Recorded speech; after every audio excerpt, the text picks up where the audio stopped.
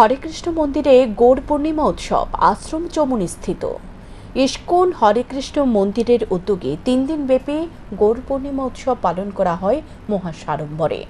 গত 13 মার্চ অধিবাস উৎসব সন্ধ্যা 5:30 অনুষ্ঠিত হয়। 14 মার্চ গৌর পূর্ণিমা মহা উৎসব সন্ধ্যা পর্যন্ত উপবাস ছিল। সকাল থেকে কীর্তন মেলা অনুষ্ঠিত হয়। সন্ধ্যায় শ্রীমন মহাপ্রভুর মহা অভিষেক অনুষ্ঠানে উপস্থিত ছিলেন সাংসদ রাজীব ভট্টাচার্য সহ বিশিষ্টজনেরা। গৌর আরতি ও ভোগ নিবেদন শেষে অনুকল্প প্রসাদ বিতরণ করা হয়। 15 মার্চ ছিল জগন্নাথ মিশ্র এর আনন্দ উৎসব। সকাল 10টা থেকে কীর্তন মেলা শুরু হয়। দুপুরে বিশেষ ভোগ নিবেদন ও আরতি কীর্তন। দুপুরে কয়েকশো ভক্তপ্রাণ মানুষের মধ্যে প্রসাদ বিতরণ করা হয়। অনুষ্ঠানে ব্যাপক অংশের ভক্তপ্রাণ মানুষের উপস্থিতি ছিল লক্ষণীয়। মহাপ্রভুর আবির্ভাব উৎসবকে সাফল্যমণ্ডিত করে তোলার ইস্কন হরেকৃষ্ণ মন্দিরে প্রেসিডেন্ট JS দাস প্রভু সকলকে ধন্যবাদ জানান।